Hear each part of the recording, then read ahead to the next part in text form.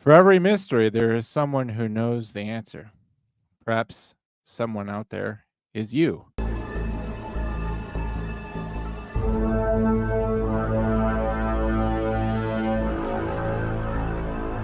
John. Joining me as always is my wife, former Sheriff's Deputy Kendra Drama. So tell us a little bit about Cindy James. Tell us about a little bit about her life. She was a nurse. She got her nursing license back in the 60s. Take it away. Yeah, she became a nurse when she was pretty young. This case, by the way, takes place in Canada. So we're leaving the United States. Cindy became a nurse, worked with children that had emotional issues. That was kind of her specialty. But while she was going to school, she was very young. She met a man who was teaching there. Makepeace was his last name. And he was 18 years her senior. I think he was a professor at the college that she was going to at the time. I heard that he was a doctor or something. He might have been a doctor. Well, I mean, she was going to a medical school though, so maybe he was both. He was a licensed psychiatrist in South Africa, and he couldn't get his license in Canada because he was kind of a hot mess. So he just became a professor essentially. They say that those who can't do teach, but I wanted to say this. I was watching the Unsolved Mysteries episode about this case, and they had her psychiatrist on the show, Cindy James, the psychiatrist, the person who was treating her. He gets on there and he goes, no one ever believed her about what happened. And that's what drove her crazy. And I'm just like, you're a psychiatrist and you're saying that's what you used the phrase. That's what drove her crazy. I thought that psychiatric professionals never use the word crazy. We don't use that language here, but he's just like, oh yeah, she went nuts because no one ever believed her. It was just amazing to see. That's kind of how things were back in the 80s. Like you could have a psychiatrist say like, oh, at a professional setting, literally doing an interview for a TV show. Yeah, the cheese slipped off her cracker. She went nuts. Yeah, it's not very professional, and it kind of speaks to the credibility of the person that's doing that. Now, when was this interview done? Because language has changed. No kidding. That was a part of it too, especially the things that she was diagnosed with. She was diagnosed with basically being a woman. All of her medical things were just like, she doesn't really have human feelings and she requires a lot of attention. And just like, yeah, she's a girl. But she's just a girl.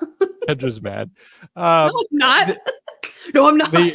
She's bad. The Unsolved Mysteries episode was probably in 1990 or 91. It was shortly after spoiler alert. If you don't want spoilers, turn away from your device. But she died.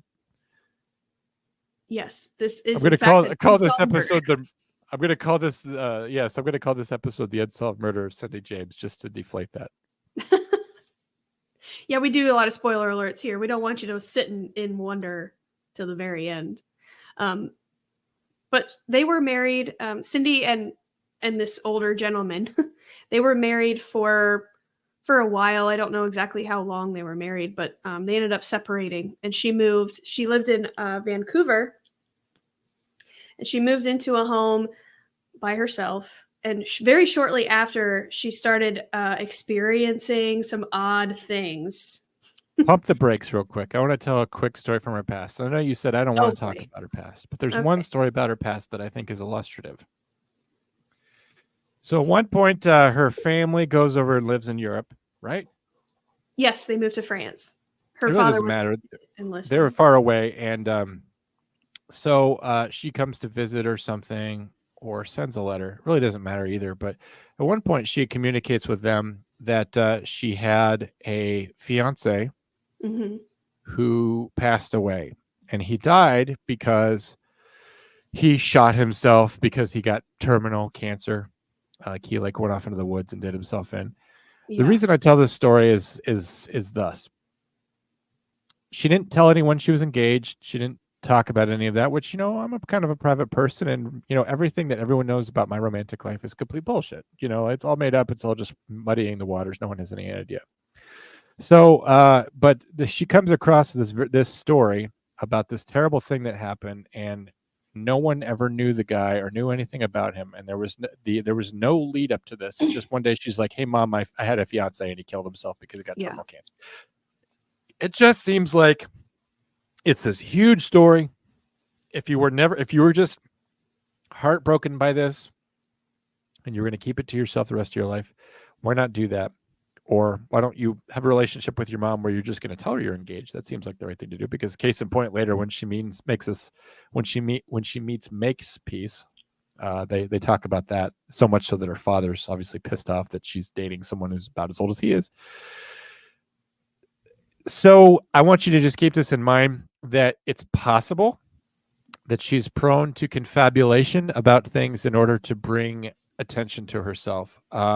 There's certain personality types and certain disorders where people need people to feel sorry for them, or they need people to feel proud of them.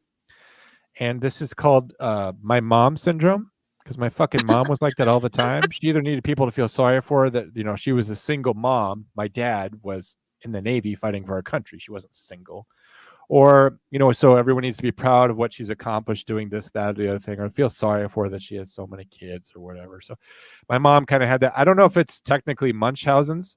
So not to be confused with Munchausen's by proxy, where like you hurt someone in order to get attention, like Right. you're poisoning your baby. She might just have Munchausen's. Like she likes having bad things happen to her Mm-hmm. in order for people to pay attention to her. That's one theory. But we're going to explore the other theory, which is that somebody really has it in for Cindy James. Kendra.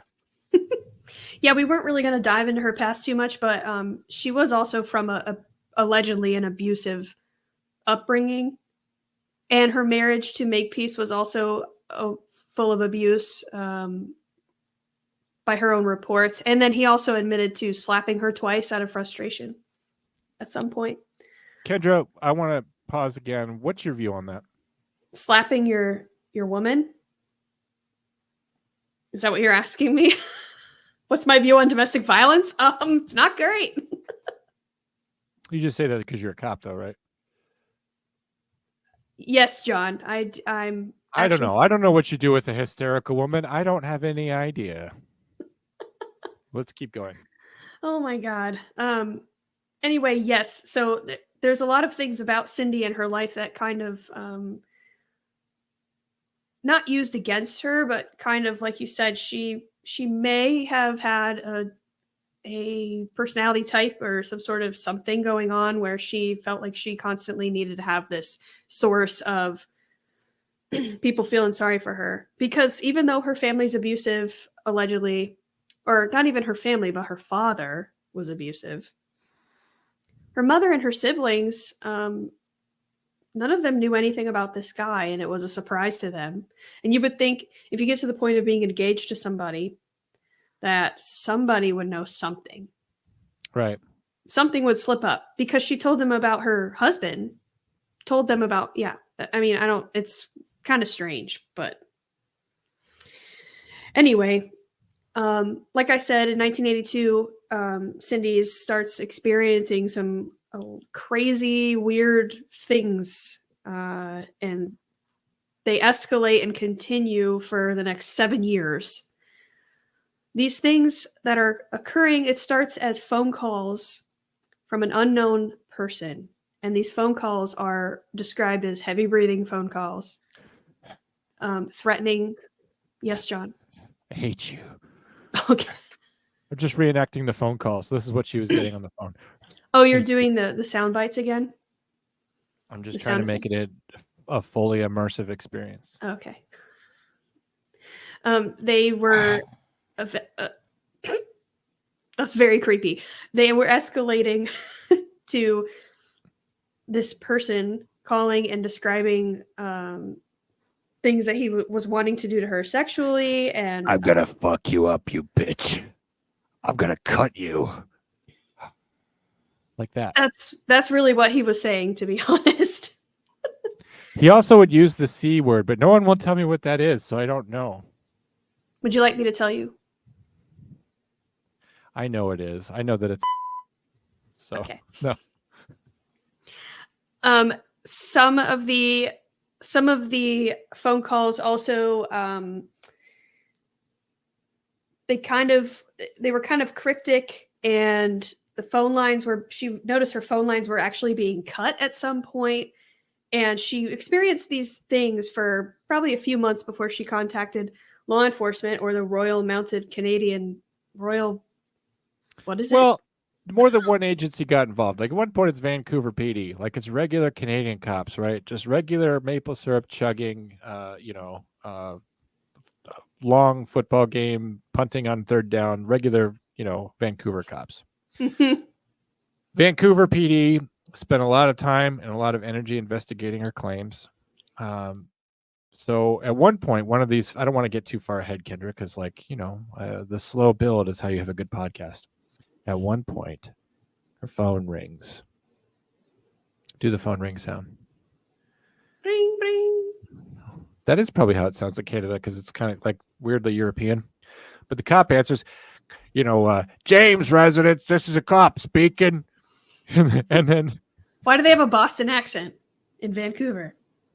You don't think people lateral to Canada? Anyway. Sure. So then he's like, oh man, God, I'm going to cut up. So we don't, her claims that she was receiving phone calls are at least independently verified by one person. It's very easy for someone to report to a sheriff's deputy like Kendra, somebody's calling me. But like we've discussed this before on the show, that like phone companies weren't exactly what they used to be in terms of record keeping. You couldn't tell where phone calls were coming from. There might be a record that somebody called her, and there might be nothing more beyond that. But it's very easy to confabulate these things and say, especially what are the contents of these phone calls? People are breathing, people are threatening me, people are using ungentlemanly language towards me. But at least on one occasion, someone did answer. Now, here's the interesting thing. We do also have, and I don't have it for the show because I'm not a very good producer, but at least one recording of a phone call being made to her, because eventually, of course, the police spend millions of dollars investigating who's going after her. And you can hear a phone call of someone threatening her, and the voice sounds vaguely feminine, like it's a woman calling her, which, women are very catty. Women are very mean to each other. Women use the C word on each other. I saw it on HBO once, right? So it's possible that the person who's harassing her and stalking her is a woman. It's entirely possible. But it's also entirely possible that, it was her calling, or it was a recording of her, or whatever. The reason why it matters, the sex of the person, is the primary person we would be looking at in this case would be who in a domestic dispute. It would be her husband. Yeah. Makepeace, with the most ironic name on earth for a situation like this. There's also a phone call of them, not to continue to skip ahead at any point, tell me to pump the brakes, Kendra, but they set up a recording on her phone device, also called a telephone. Well, back then it's just a fucking phone. Like we don't have like 10 options for that. Sure. Well, like right now, you and I are like using a video phone to the internet to call all of our friends at once. Like this was not an option for her, right? Okay. So it's a fucking telephone. And so they record this. So they said they basically, I wouldn't call it entrapment, but they're trying to kind of like proactively gather some sort of incriminating statement from the husband, who she's just separated from. So she calls him up and she goes, this can't keep going on. And he goes, what are you talking about? And she's like, the harassment. And he goes like, hey, he's just sick of dealing with this, because like we said, this went on for many, many years. And he goes, now, that I am not involved in any of that. And if you say that I am, you're going to go to court. Basically, he's going to divorce her and humiliate her and all this. And she goes, well, I know that it's you. And he goes, I better not ever hear you say that. And it's not me, or there will be consequences. So he doesn't say anything dirtbaggy or creepy or scary. I think he's just sick of being up in her web of histrionics and attention gathering behavior, because of all the things that you could say about her throughout the course of this long history of her reporting crimes and incidents, is that she does not behave like a typical victim. They give her a couple polygraphs because eventually it gets to the point where they can't find any corroborating evidence. There's no one ever with her. There's no one that can verify these things. And not that I put any stake in polygraphs. In fact, I'm a very anti-polygraph person, but she indicates deception. So they confront her on that. And they're like, Cindy, why are you deceiving us? We're the police. We're the good guys. And she wouldn't say, and then she would kind of intimate to her mother that that threats against her family had been made, that if she says what she knows, that her sister will be next, that her mom will be next. And so there's a certain amount of information that everybody knows that she's withholding, but what is it, that she's doing it, or Right. that she knows the identity of the person who's doing it? And so she's always sort of able to play this off as that she's protecting the people in her life by keeping her secrets. And she even tells a Right. friend at one point, eventually you're going to know everything that happened, just I have to deal with this first. And I think Right. at one point she sets out to unmask the person who's doing this. But let's go back to what specifically is happening to her, because it's not just phone calls. Right. Right.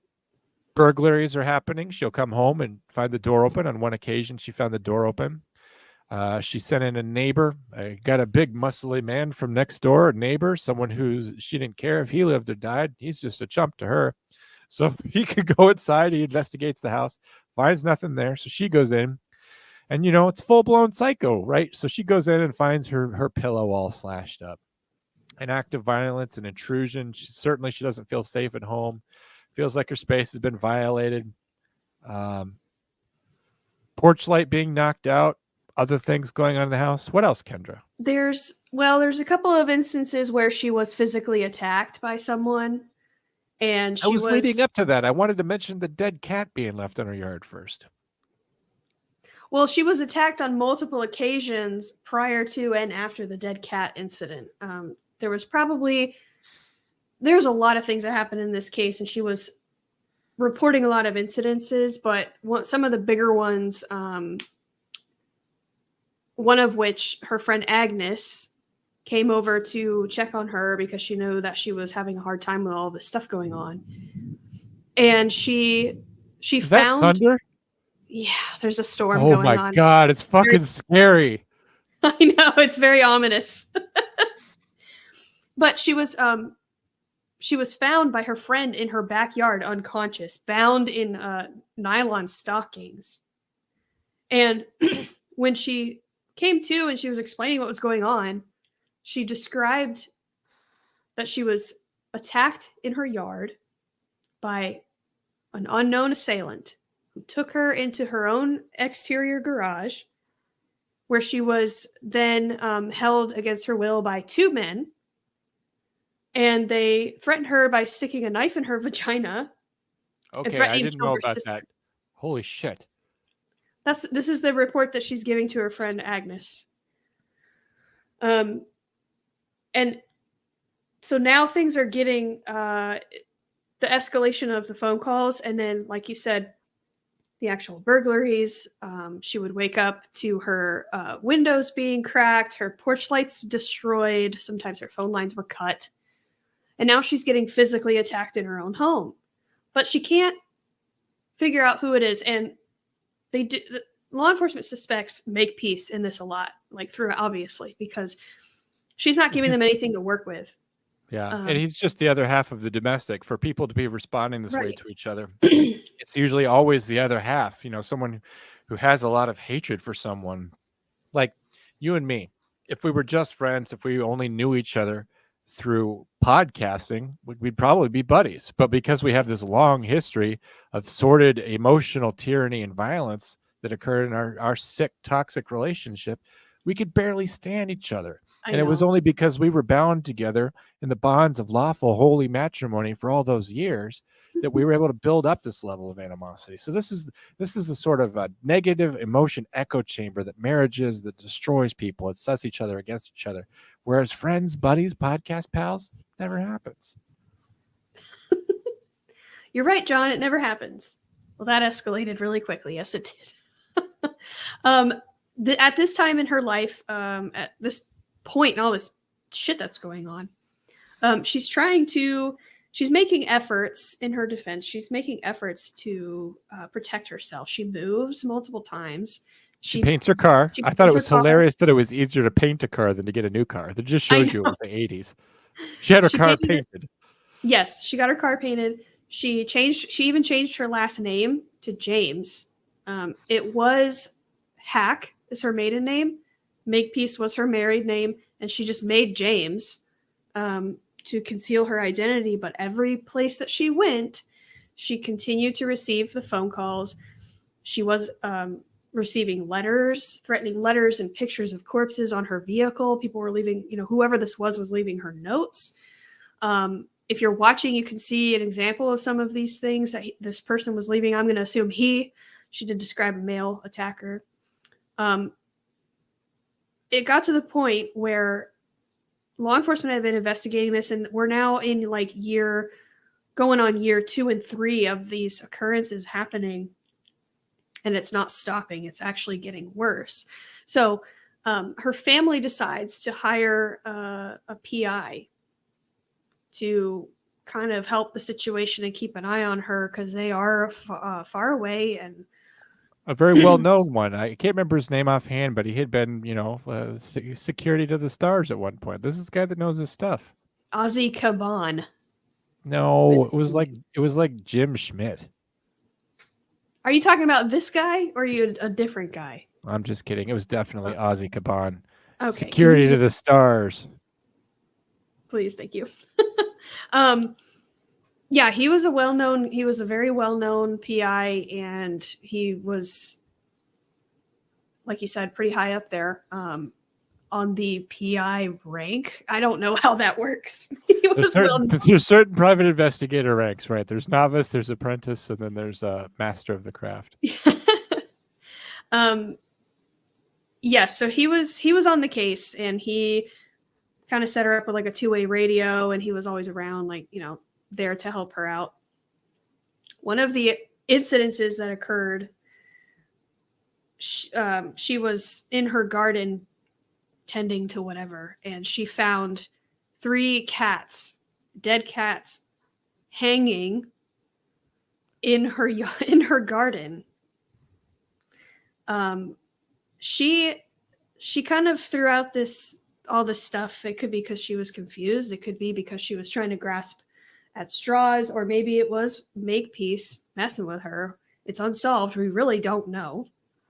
The cat incident, she accused him of doing, but she kind of conflicted herself, because she told law enforcement that she didn't think that he was capable of harassing her like that. Meanwhile, she's telling all of her friends and family that he was abusive, and he probably was doing all of this. So she's not really helping herself out. No, but there's such a leap between like an asshole husband. They're separated. Case in point, if they're separated, like that should take all the tension out of it, right? Like they're apart. The idea that he's going to go get a buddy, and that he's going to go get her in the garage and hit her and make her unconscious, and take a knife and assault her with it so viciously. Another case of her being assaulted was, and the biggest mystery, of course, is how she gets accosted by persons unknown, left unconscious, and then is found at one point by her friend. On another occasion, what'd you say the guy's name was? The security guy, Ozymandias? Ozzy Caban. Ozzy Caban. Yeah. Ozzy Caban. They have radio communications, so she's got a radio. She says, "Hey, come on over. Something weird's going on." So he runs over because he's getting paid.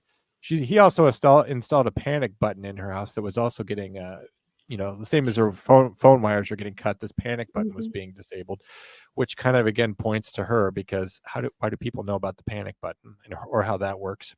But he goes over and finds her unconscious inside the house. So he gets on the radio, calls for the police to be dispatched to the house. Goes inside, finds her unconscious on the floor, and she has a note stuck to her hand with a paring knife. The paring knife is actually like lodged in her hand. So like if she's doing this to herself, she's super fucking committed. This isn't just a case of like, she's laying down in the backyard until somebody finds her, and then she tells the story, right? Like there's pictures of bruises, there's pictures of ligature marks. She had a fucking knife in her hand. So if she is doing this to herself, she's committed to doing it to a pathological level, to the point where she's got to be committed, right? Because she's actually harming herself. So if she is doing it to herself, this is not just, it might just psychologically be to fulfill the need for attention, to have people care about her, to people be protective towards her. Maybe that's the only way that she understands love. If it's Munchausen's, then those folks don't understand what love is or how that normally gets translated in a day-to-day, how you normally show and receive love. You know, it has to be an emergency for love to be Yeah. given to you. So, but in any case, she's super committed to this. There's another incident where, that would be ominous for her future. But at one point, she's found out on the side of the road with one Mhm. man's boot on. She's got a ligature mark around her neck from a nylon stocking. I don't know. Was she partially disrobed on that occasion as well? Yeah. She was found in a ditch, like you said, with one shoe on, and disrobed, unconscious. It's kind of similar every single time. She was found by, I believe, passing cars. And she was like 3.5 miles away from her home, which is Mhm. pretty far. Yeah, there But she's was on still foot, so. there was still yet one more occasion where she was found, I believe, passed out in her car. Like the door was open and she was laying like on her stomach on the seat, and her knees were outside the car. At least when I was listening to the details of the case, that's what I took away from it. But her pants were pulled down. She was hog tied, meaning she's got, you know, her arms behind her back. She's got more ligature marks around the neck, I believe. Again, unconscious. So left in this humiliated, degraded state for someone to find. Again, if we're playing it like Cindy James just has some serious behavioral and psychological issues, she's going to extreme lengths in order to get attention and care from her parents, from her separated husband, whoever. The interview I saw on Unsolved Mysteries with her parents seemed to really give a damn about her. They seemed to care about her a lot and took her side on everything. So I don't know why, if they are as loving as they come across on that episode, why she would have to work so hard for their love and attention, because they believe her every time. Mhm. But if she's not doing it, then, you know, she's being degraded, assaulted in a very serious way. I don't know if that occasion where she was found with her pants pulled down, you know, naked from the waist down, I don't believe she was sexually assaulted on that occasion. Um, Something that's interesting is that one of her friends, her friend who found her unconscious behind her house, had this to say: that the person who was doing this to Cindy James was literally trying to scare her to death, that they didn't want to beat her to death or stab her to death or assault her to death, that they really just wanted to terrorize her until she was dead, and that this was an ongoing campaign of terror and torture that was designed to just ruin her life, to alienate her from others. You know, obviously the police are suspect of her; they don't always believe her, and that they wanted her to live in a constant state of terror. There's another occasion in which where she was attacked under dubious circumstances. She had some friend of hers. I don't remember their names either because I'm not a great podcaster. I'm sorry that I said at the beginning of the podcast that I was adequately well researched. I am not. I'm going to say the Walcotts because that sounds like their name. Anyway, two other people. Oh, it's I know. Kendra's researched. They stayed in her house. So what she looks for their name, just so that we look like we're well The researched. Woodcocks. The Woodcocks. I was so close. Maybe it's like psychologically I didn't want to say Woodcock because that is a filthy name. It's pretty bad. Filthy. It's filthy. It's pretty bad. It sounds like a stage name for a porno guy. Like, hello, I'm Adequisville Woodcocks. You know, something like Isn't that. that a bird? A dog? What? Are you okay? No, isn't that a duck? No. There's a wood duck. What the hell am I thinking about? I don't know. Ducks are my favorite animal, and I would appreciate you not sullying their name by even bringing them up in this conversation. Okay. Anyway, so anyway, the Hardcocks are staying at their house, and they're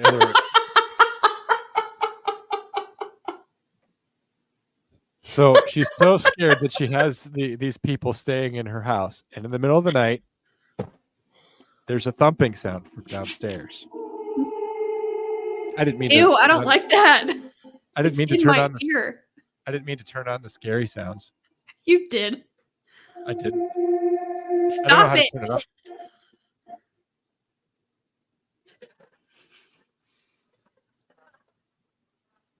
Okay, anyway. Folks, I'm just not a good podcaster. I'm sorry for the noises. Please continue. You can all stop laughing at me now. No, I didn't mean to set off that eerie noise. So that was kind of cool because I hit my desk to make the sound. So anyway, she hears the sound from downstairs, and the woodcocks wake up and they're like, "Well, there was a sound down there." And all of a sudden, Cindy's at their door saying, "Hey, could you get up, Hardcocks? I heard something downstairs." And they're like, they wake up and they go downstairs and they check it out, and they check out downstairs.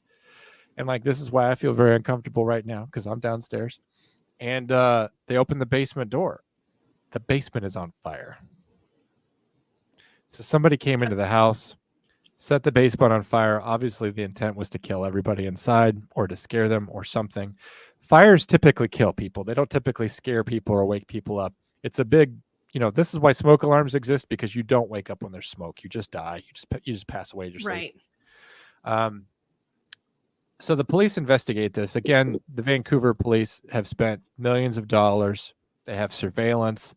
They're never able to find any piece of corroborating physical evidence, right? Mm-hmm. So if somebody came into the house and set fire down there, how did they come in? They didn't come in through the front door. There was no breaking and entering. Although on one occasion, I believe someone did conspicuously leave a key to her house there, letting them know that they had a copy of the key to get in, which is another way of psychologically torturing someone.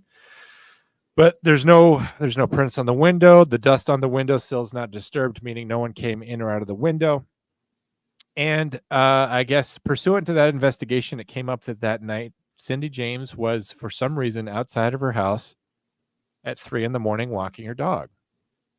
If your entire life is years and years and years of torture, a campaign of psychological torture by persons unknown, you're not going to go out of your house at 3 a.m. and walk your dog. I'm sorry. I don't even do that. And I'm awake at late hours and I don't do that.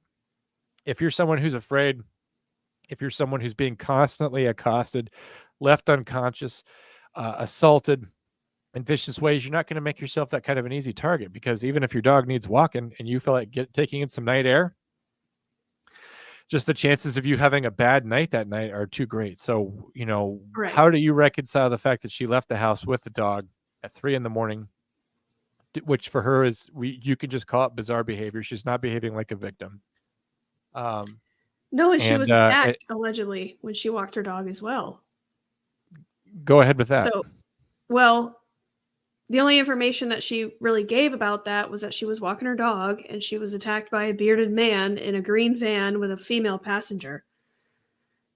And I agree with you that she does not act as a typical victim would.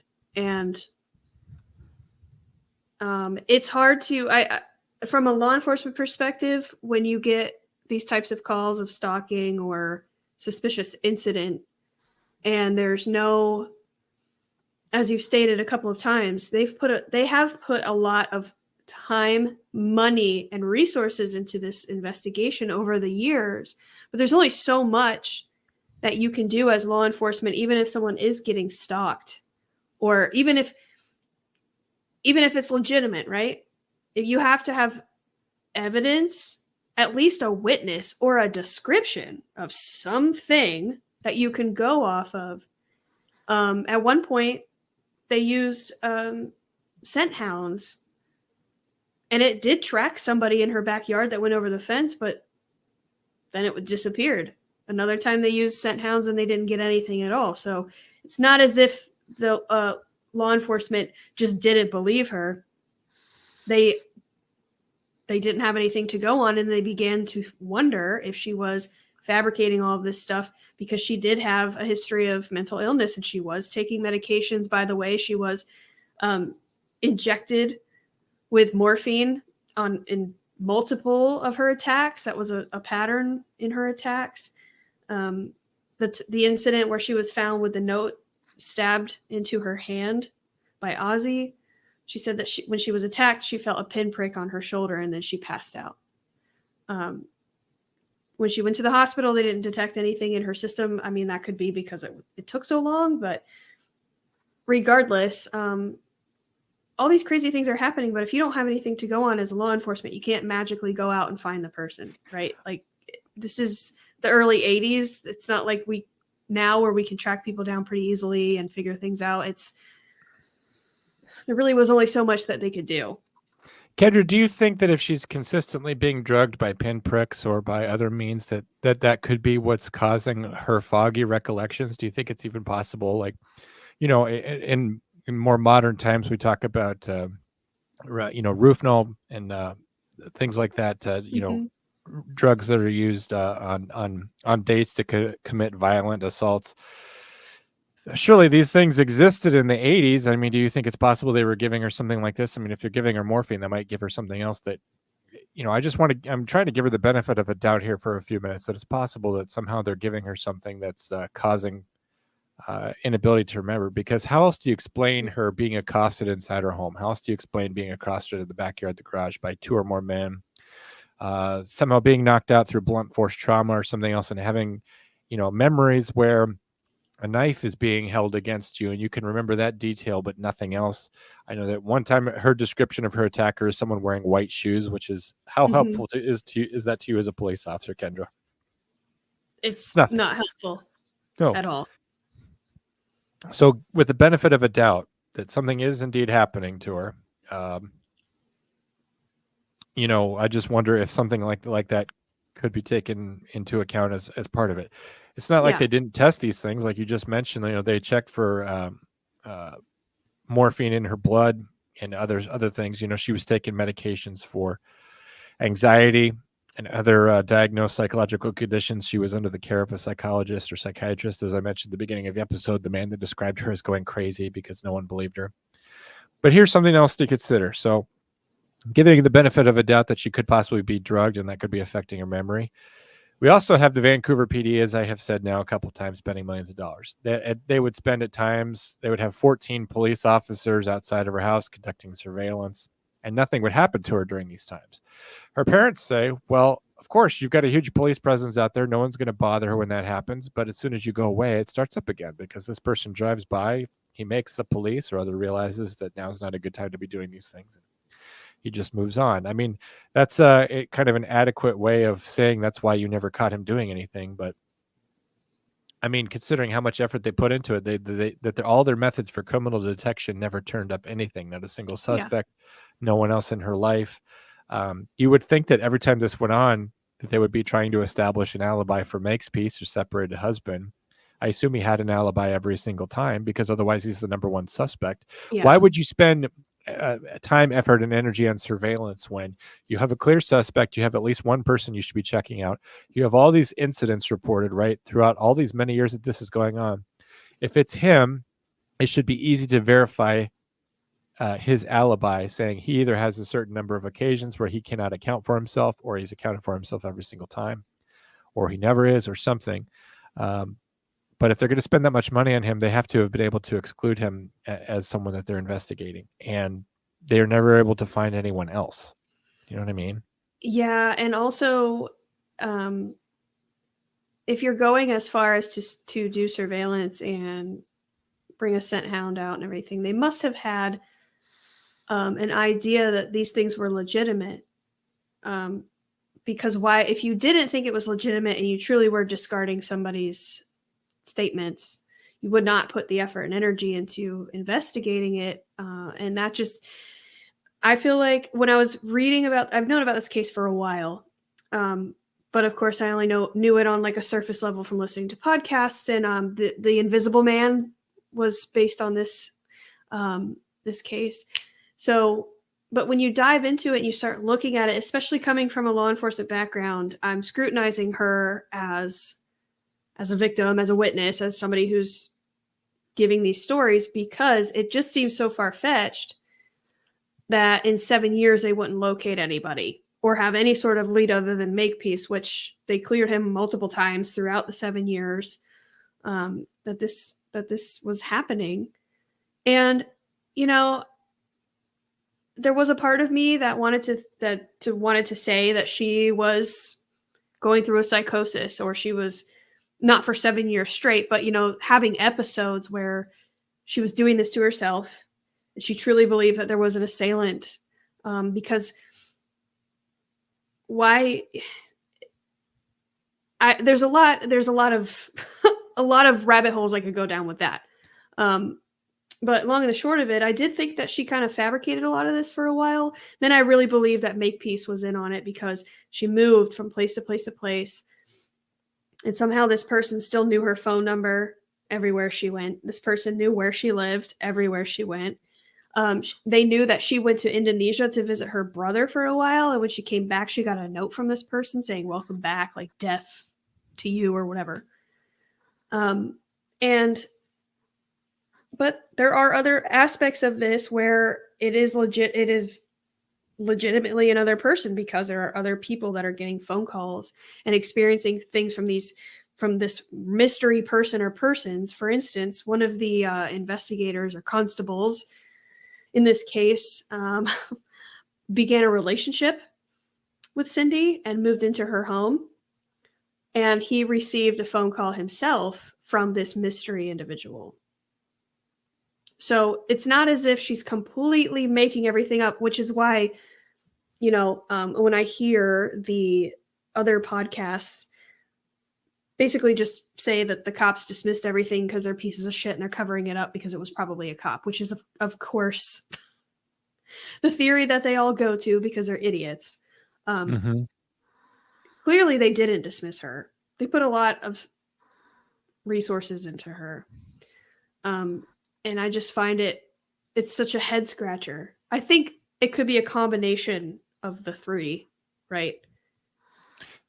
But I think so too. What's interesting is that, she has this relationship with this police officer, this constable.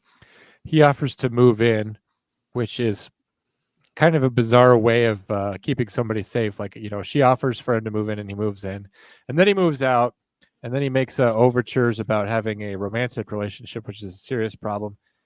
And then this is only in one podcast I listened to, and I guess, since I didn't name him, I'm fine with saying this, but at some point later down the road, he's later investigated for some sort of sexual impropriety or something. So maybe not the best cop in the world. And then later, following his career, he has some kind of problem. But it's just one more rabbit hole, like you said, we don't necessarily need to go down that makes things especially bizarre. But what was the final fate of Cindy James? And let's discuss the theories of how and why those things is. Right. So everything came to a head in 1989. May 25th. Cindy is supposed to have the Woodcocks over because they come and spend the night and keep her company every once in a while just to make her feel better. They come over to play bridge and they knock on the door and Cindy's not answering. So they kind of walk around and see maybe, oh my God, what if she's unconscious in the backyard again or whatever? What if she's Cindy Jamesing again? She's just Cindy Jamesing. She's CJing in the back there, and but she's nowhere to be found. Her vehicle is gone. And at this point in time, she has yet another person living with her who was a life insurance agent of hers. Not really too clear on how that happened, but he was living in her basement. Okay. I don't even get life insurance. It's like betting all of your money that tomorrow you're going to die. I know. It's a good way to put that. That's very morbid. Thank you. And so anyway, they talk to this guy. I believe his first name was John. And John says, with an H. He says that she was out, last he knew, she was out grocery shopping and she only ever went to one place. So the Woodcocks go to the shopping center and they find her vehicle there. Some of her wallet contents were under her vehicle. There was blood inside the vehicle. And on the handle. And on the handle, it was very, very suspicious. There was also groceries inside the car and a wrapped gift. Yes. Meaning she had plans for the future. Right. So naturally, they contact law enforcement and they file a missing persons report. It would be 2 more weeks before a municipal utility worker or pavement, road and bridge, whoever, is doing work at an abandoned property, doing sidewalk work, and he stumbles upon a body. How does he stumble upon it though? Like let's not whitewash that. So this everyday workaday blue collar guy decides he's going to go Yes. relieve himself of his burdensome urine out into a field. His burdens from urine. Okay. I said burdensome urine, like his urine's a burden to him. Anyway, he goes out there to relieve himself. And that's when he sees the body out there. She's in the same sort of state that she had been found in many times, ligature, bondage. Unfortunately, she's been out there for 2 weeks though, and she's in an advanced state of decay. Mm-hmm. Not a good situation. What's interesting about it is that although she is on some abandoned property that they're working on, she is in very, very close proximity to a neighbor who lives there on the other side of a fence and goes outside to prepare his food, meaning he's got a grill out there or whatever. And the interesting thing about this case, Kendra, is that so much of it can't be translated into reality. For example, if I told you that her body was only 2 meters away from where the man would prepare his food, how would your mind understand that distance? Because how the hell far is a meter? You know? I think it's 3 feet. Yeah. A little bit over 3 feet. I don't know. Anyway, there's so much about it that's so Canadian that it defies understanding. It is pretty bizarre, and I'm not really sure why we don't all just use the right system of measurement, which would be the American system. Because I can't think of the word right now. Metric? I think it's metric versus imperial, yeah. One of the interesting things about this scene is that it is an abandoned property, well, an abandoned house on some property. The weeds are overgrown, all this stuff. There's a tank, a fuel tank, a gas tank outside this home.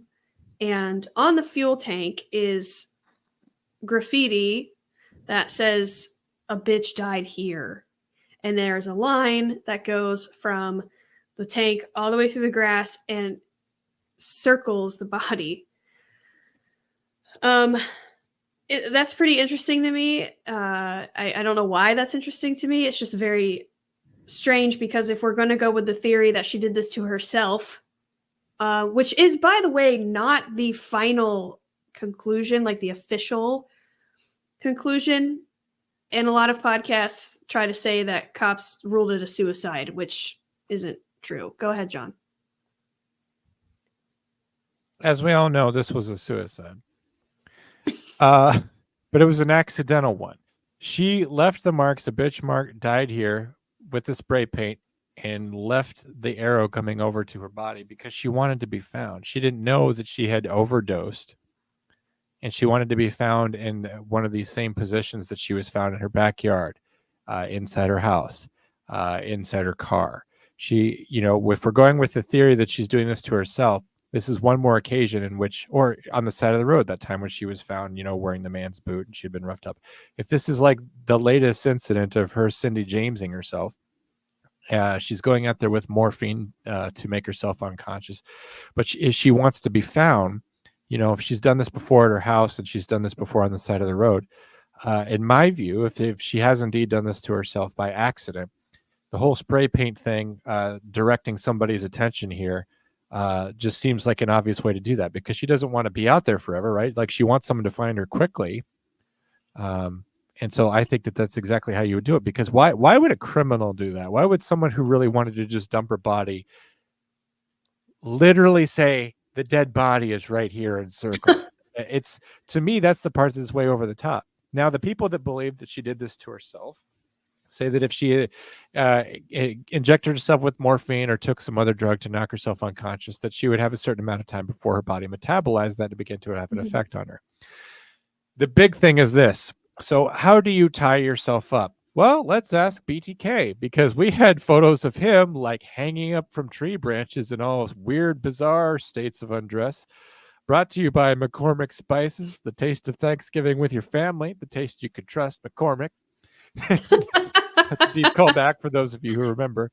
But Dennis Rader was able to tie himself up for sexual gratification purposes. And hang himself in a tree. And do all kinds of weird things. So the police who are investigating this, they want to know what the hell's going on. And I'll let you have your theory in a second because, it's only fair. But if she did this to herself, it is fair. I think it's I know. fair to let you talk. If you don't think it's fair for you to have an opinion, I won't let you do it. So don't even worry. Okay. But if she did this to herself, she dopes herself up. They did have like a knot tying expert who was able to come out and replicate these things, and that she was able to, tie something up and slip her hands into it or whatever, and do all these things to her. And then she would lay down and wait for the drugs to take over, so she doesn't have to be bored, waiting to be discovered, or she can have her morphine trip or whatever.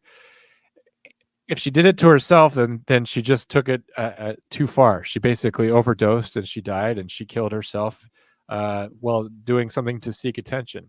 By, Kendra, for most people, being your own worst enemy is just a figure of speech. But it's entirely possible that Cindy James was her own worst enemy, and that she did this to herself, as far as in terms of a campaign to draw attention to herself, that she was the victim of a campaign of terror. On the other hand, it's entirely possible that a vicious, sadistic killer is out on the loose and spent years fixating on one woman and then killed her, and then completely never did crime the same way towards anyone ever again. Ever. Yes, I also wanted to give her the benefit of the doubt, because if this is legitimate, it's fucking horrible. And this woman is a victim of years of abuse and years of torment. And going through that would probably throw you into a psychotic break if you weren't already predisposed to it, right? Because you're living in this constant state of fear. When am I going to die, right? But the more I look into it, it's really, really hard. If you're looking at it from a very scrutinized, facts only standpoint,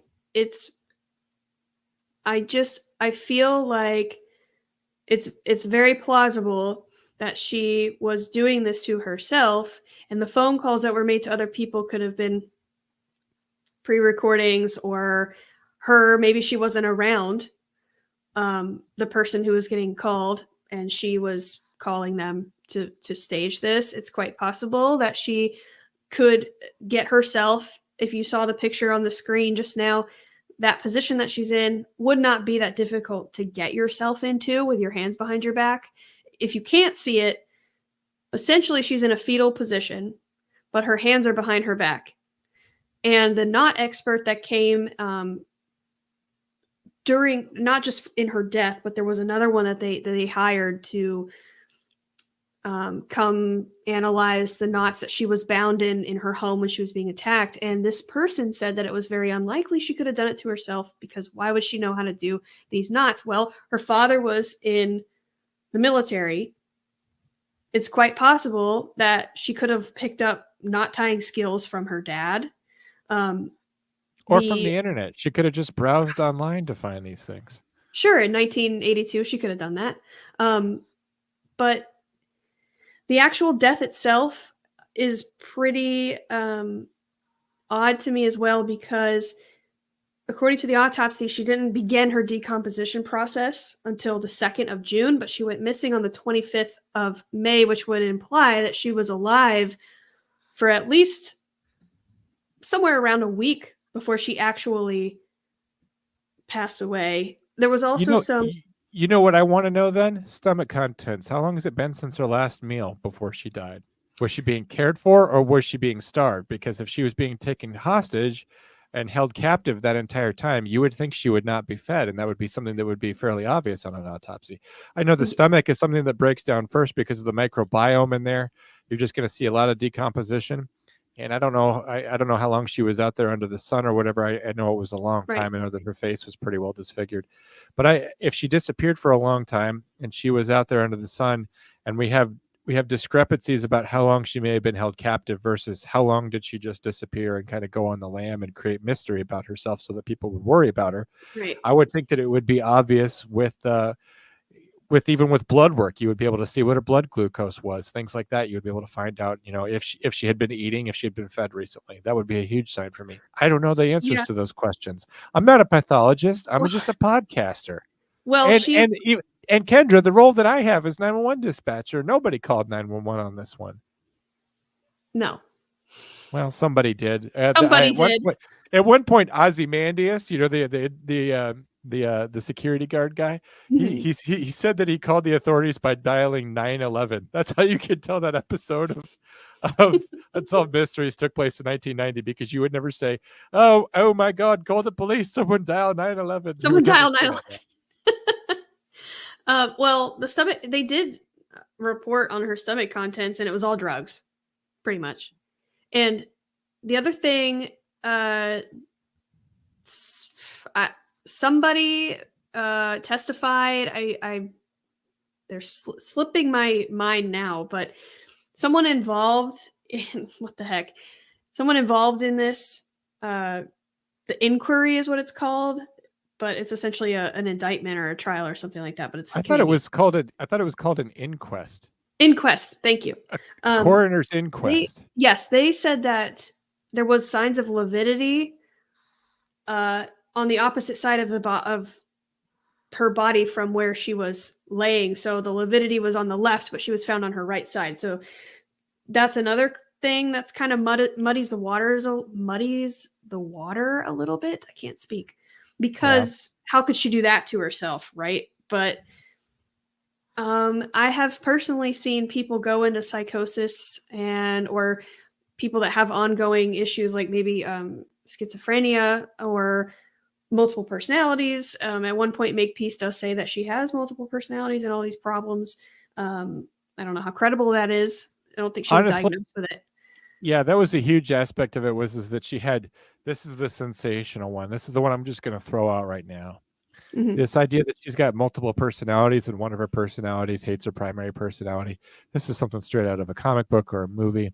First of all, instances like the morbidity rate of the epidemiology of dissociative identity disorder is almost non-existent from the earth. Yeah. And people are they're quick to confuse that with schizophrenia. Schizophrenia was something that she was diagnosed with, but that is not the same thing as multiple personalities. It is not the same thing as dissociative identity disorder. Schizophrenia means basically you have hallucinations. Sometimes they're auditory, sometimes they're visual, sometimes they're both.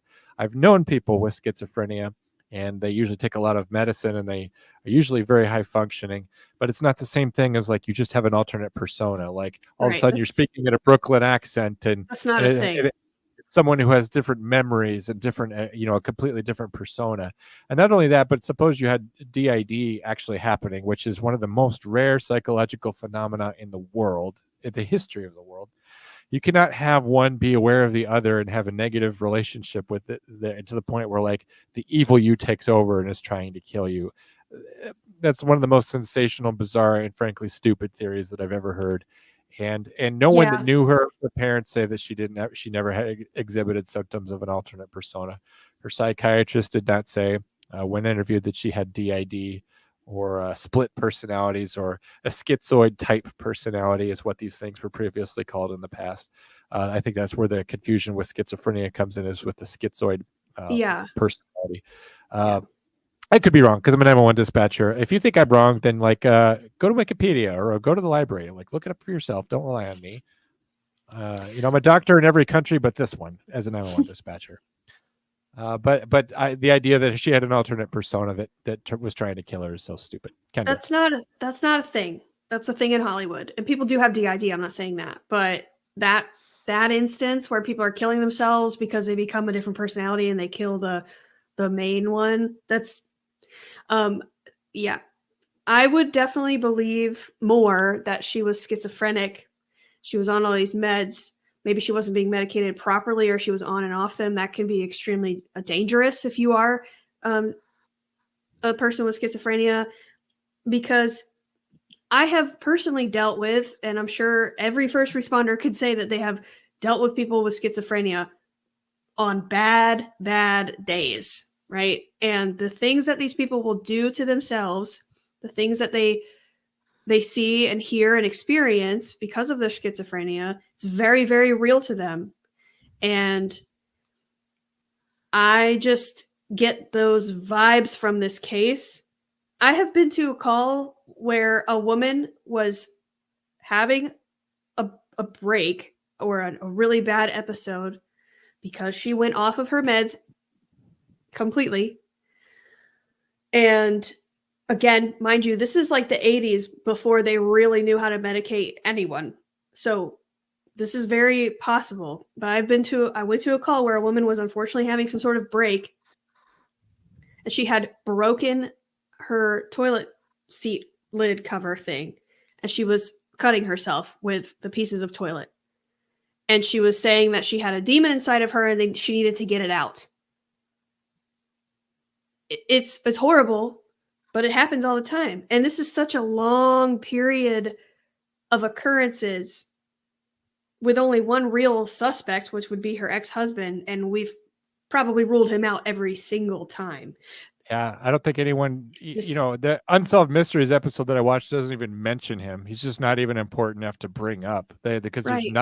Because there's nothing that they can use to assail his character with. Like I mentioned the phone call, where she's like, you can't keep doing this to me, and he's just he knows her well enough to know that this is nonsense, and you're not going to drag my name through the mud with your ongoing delusions of these things. And so he tells her, case in point, don't you ever, mention this in public, or you're going to be going to court.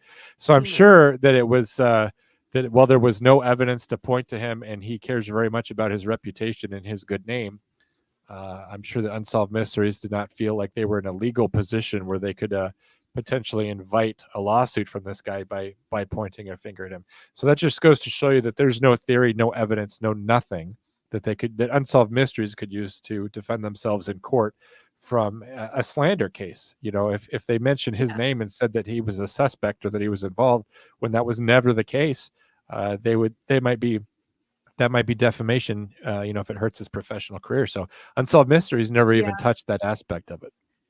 Right. And I just want to clarify, because you mentioned the word, but the evidence is obviously very crucial. It's what allows law enforcement to do their job. It's what allows the justice system to work the way it's supposed to work. It really all boils down to it's not what you can deduce necessarily. It's what you can prove with facts and evidence, right? And if you're going to launch an investigation and pin these crimes or potential crimes on a person, you better know who it is. You better have a solid case against them. And when we're looking at this case, this is horrible. Like, I feel very sorry for Cindy, because regardless of why or how, she suffered greatly, whether it was at her own hand because she was mentally unwell, or she was being stalked by an unknown assailant. She suffered greatly, and ultimately she lost her life. It's horrible. So I'm not trying to victim blame, right? But if we're just looking strictly at a factual, evidence-based viewpoint with this case, the only thing that makes sense to me is that she was potentially schizophrenic, had something going on, and she took it a step too far and accidentally killed herself. That's probably not a very popular opinion or theory, but if someone come up with a theory where there's evidence that there was actually an assailant. There is none. There isn't one right now. Again, this is the 80s, and we have lots of cases from the 80s and the modern era where we're able to get some sort of forensic evidence, where it's fibers, transference, DNA, fingerprints, any kind of That's anything. Mm-hmm. We have nothing like that to go on. Not that it was a perfect forensic scene, because she was outside for such a long time. You do lose evidence that way. But my initial theory was this. It was a mixed theory, where she had behaved this way for such a long time. She had been diagnosed with certain personality problems, like a need for attention and things like this. They called it hysteria, is what they diagnosed her with, which you would think that women being diagnosed with hysteria is like an 1800s thing to call them, not a 1980s thing. Oh, no, but that was a thing for a very long time. But I digress. That's why they call it a hysterectomy, by the way, because that was their treatment for hysteria, was to remove the uterus. Folks, that's not true. She's just making up stuff. Okay. Don't let her gaslight you. Good. If you have a theory about why women go crazy and kill men in their life, post it in a comment below. But my mixed theory was this: is that she annoyed the shit out of her separated husband and from various people in her life, and she brought a lot of shame to him and possibly the family, not necessarily the parents. But I think it's entirely possible. This was my first theory, that she behaved in this way and that she drew all this attention to herself and that she created all these quote unquote instances of terrorization, harassment, and assault, that eventually somebody just got sick of her and actually just went ahead and did it. I think it's entirely possible that you could have multiple things going on. Like how you said with the dogs going through a yard and them picking up a trail that eventually nowhere. When you have a criminal case going on for this long, you also have random events that don't mean anything and aren't connected to anything happening. And I think it's entirely possible that you could have a theory that incorporates aspects of other theories, because life doesn't work where everything's all one thing and not one other thing. Sometimes Correct. it's messy. Sometimes there's other stuff going on. And I think the sad thing is that her parents never found out what really happened. They were never able to establish her cause of death. Wasn't it listed as unknown cause or unknown factors or something? It was a compelling unknown force, just like with the Dietlovs. They have no idea. I don't mean to interrupt you, but her formal cause of death was narcotics intoxication. She overdosed. Okay. Or was overdosed. Right. But they don't know if she did it to herself or if someone else doped her up and dropped her off in the field. So you understand the manner of death, but not really the circumstances. So that's kind of the main thing that we don't understand. So what's your favorite Cindy James theory? If you haven't, posted it in a comment below. Send it in an email to truecrimedrama@gmail.com. You can also write a letter. You can send her a weird penned letter in which she will send to handwriting analysis experts to P.O. Box 1060 1060, DeLand, Florida 32724. Kendra also lives in her P.O. Box. In case you wanted to visit her, you can visit her in the P.O. Box. It's really more of a P.O. shed.